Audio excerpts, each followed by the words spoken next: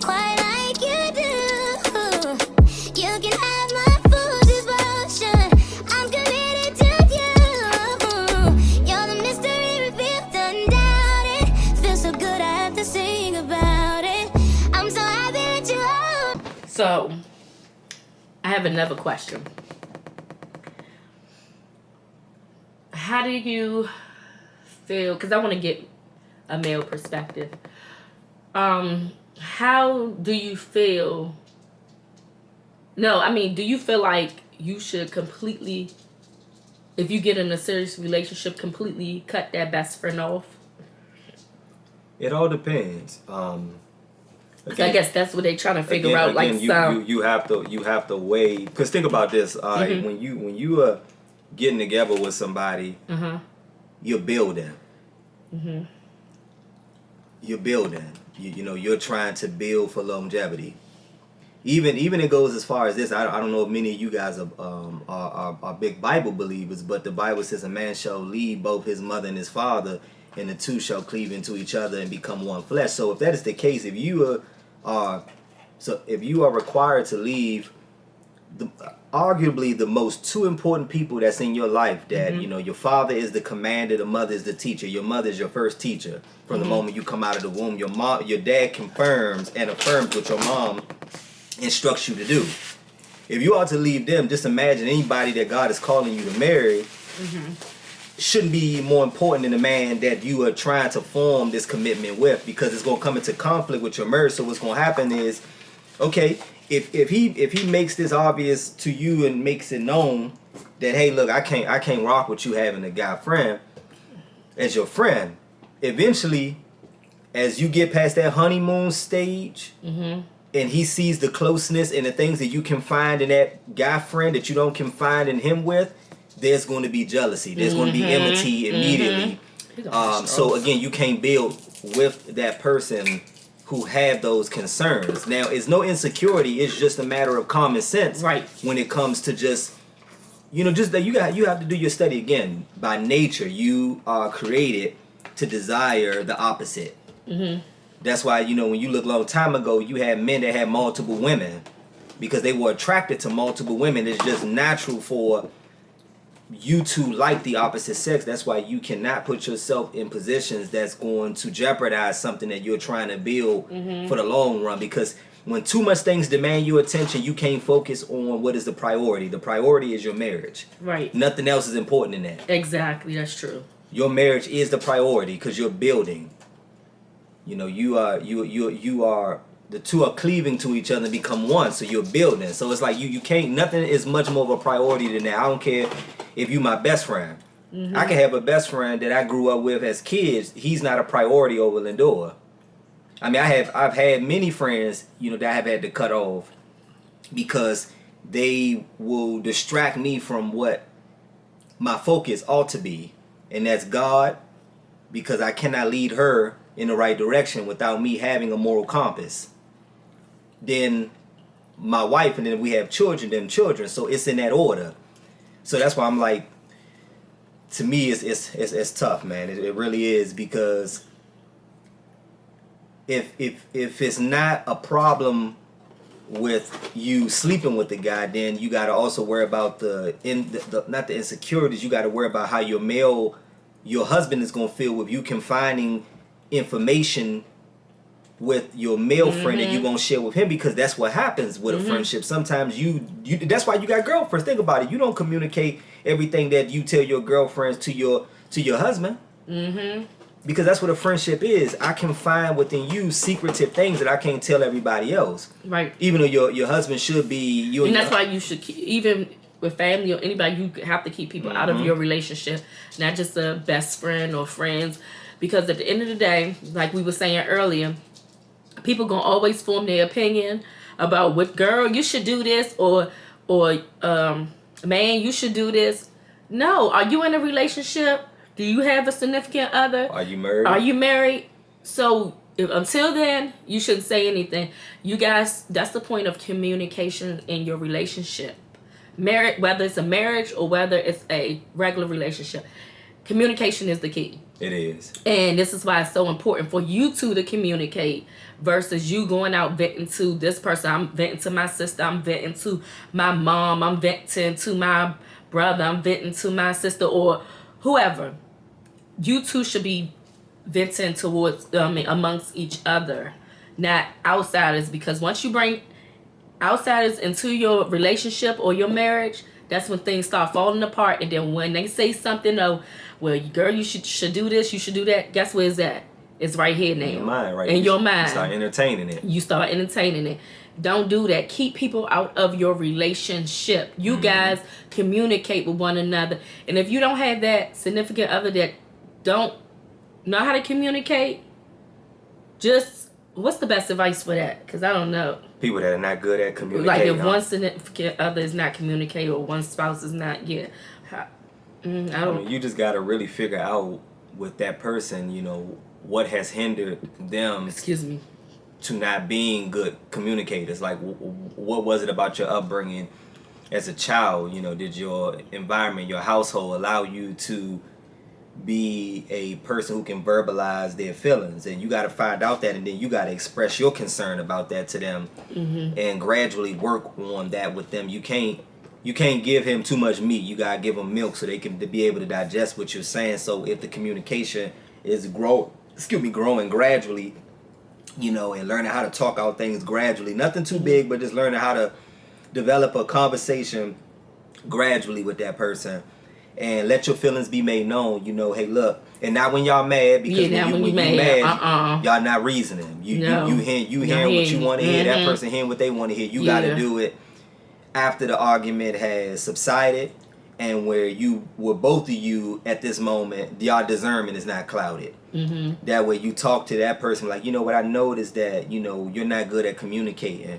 You know, why is that? What was it about your upbringing? You know, did your household, you know, where you came from, did they allow you to verbalize your feelings, your emotions? Because a lot of times that's taught when you were a kid, because your parents would be like, when you as a kid and you trying to express, well, mommy this, mommy that, well, don't shut up. You listen to what you're told. And a kid didn't grow up, they suppress their feelings because they didn't grow up in a household that allowed them to verbalize how they felt. So now they get into a relationships, that child is still trapped in that older woman, or that young child is still trapped in that man, and he still don't know how to verbally express himself the right way. So you gotta tell him how you feel, allow him to verbalize himself freely about how he feel without scrutinizing what he's feeling and making it feel like it's not legitimate.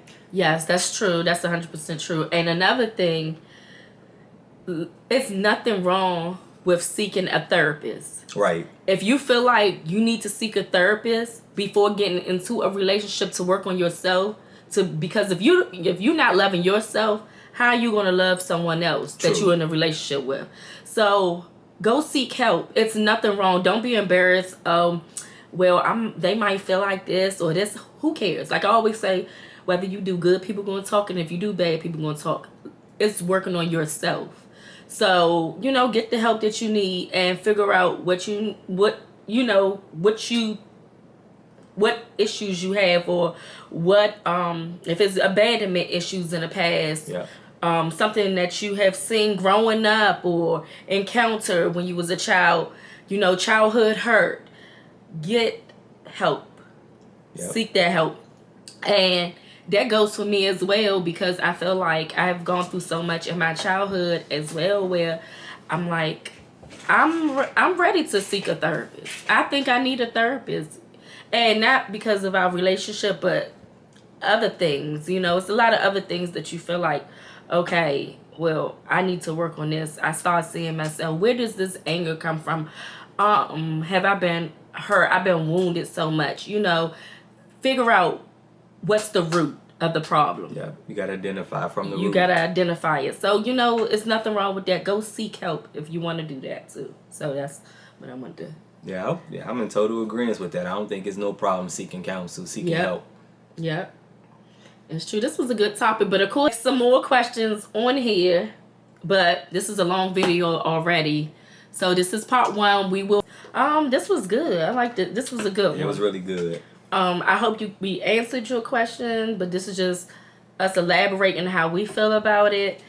If you have more questions, put it down in the comments below. And like I said, we'll talk about it in the next video. Thanks for watching. Thanks for the support. Thanks for, listening and taking whatever advice that we give. I always say we're not a perfection. We have not arrived in marriage. We are experiencing and going on this journey with each other, and every single day learning how to be successful at something that was not instituted by man but was constituted by God. And that's something that most people got to understand. Marriage is not something that man himself formed, so you cannot figure out the formula of how to make it work. Even the greatest believers and those that have been solid in church has failed in marriage. So the point I'm trying to make is that you're going to always need God, who is the higher power, to sustain anything that you're doing in relation to what he himself, being the mastermind behind it, have constituted. And you can't make it without him. Right. Facts. Because a lot of us, we can't define what a husband is. A lot of us do not know how to define masculinity. I mean, as much as we say it as men, be masculine, most men can't define it. Most people don't know how to define love. What is love? Unless you got 1 Corinthians 13 that give you a perfect definition of what love is. So with that being said, you need help by the source who constituted what you're trying to get into. Marriage is an awesome thing. It really is, because I'm happy because I didn't have to give myself up to multiple women and lose myself in the process and lose my value in the process. I'm so thankful for that, because a lot of people look at it like, well, you know what, I got this experience from here and there. I said, but at the same time, you don't have no relationship that can last. So now you bouncing from person to person, and then you're desensitized to putting the effort that needs to be put forth with a person you're trying to build with. You don't have the mental fortitude, you don't have the endurance, and most importantly, you follow the same repetitive behavior and habits of choosing the same toxic person or guy or woman that you just left from because you don't know how to identify anywhere else. But because, again, I always seek value in anything, whether it's friendship. If you're not valuable enough for me, and if I don't feel like you uphold those qualities of value, I can't be friends with you. My wife, I told you guys before how I identify her value. That's the reason why I chose her, or I discovered her, that God brought to me, is because I'm a valuable person. So I seek for value when I'm looking for relationships. I don't care what nobody say. I've seen a lot, and most of you guys have too. Stop giving yourself up to anybody and anything and exchanging your value for nothing. Everybody is not everybody. Hit it and quit it. That's it. And they keep taking value from you. I'm going to leave you on this. If anybody ever do your research, long time ago, before men got married to women, the essence of their value was not in their beauty. It was not in the things that they possess. It was in their virginity. A man will be forced to pay a father a huge, large sum of something for the exchange of her because of the value of that woman. Because she can build. She don't know what it's like to be with any other man. She don't know what it's like to compare you amongst thousands of men. Y'all can build together. Now I know many of you probably have already slept with people, and that's fine because we all make mistakes. Even myself. But I'm trying to give the best advice I know how, and what I have observed over the years, and the habits that have become very habitual in people's lives is that they give themselves up to anything. Some people will go to the club and with the intention of just, okay, I'm gonna sleep with anybody. Not realizing what you're giving up, what you are exchanging in the process of it. Sex is spiritual.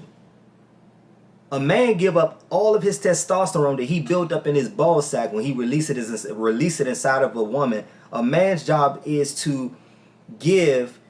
It's a woman's job to be receptive and to receive. She's the soil that the man is sowing seed into. It's spiritual.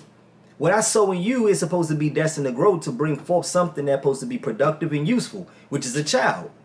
It's not for me to give myself up and sow my seed into anything, in any ground. You don't sow your seed in any fertile. You check the fertile and make sure the fertile is valuable and is equipped to convert whatever it is you give to the woman and multiply it into something that can become a legacy and fruitful. So stop using sex as an outlet to self-medicate for an addiction that you're devoting yourself to all the time, and then you will be able to find love and grow in that love with your significant other or that person that you're trying to be committed to, because there's nothing better than that. Mm-hmm. To know that you with somebody solid, not somebody you thinking, I'm hoping that this person is solid. Mm-hmm. So that's the only thing I can give you the advice with. Mm-hmm. And that, again, that's just my own personal opinion and just what I've observed. So hopefully that could be of some help. Yes, that was a good one. That was a good one. All right, guys. Well, see you guys next time.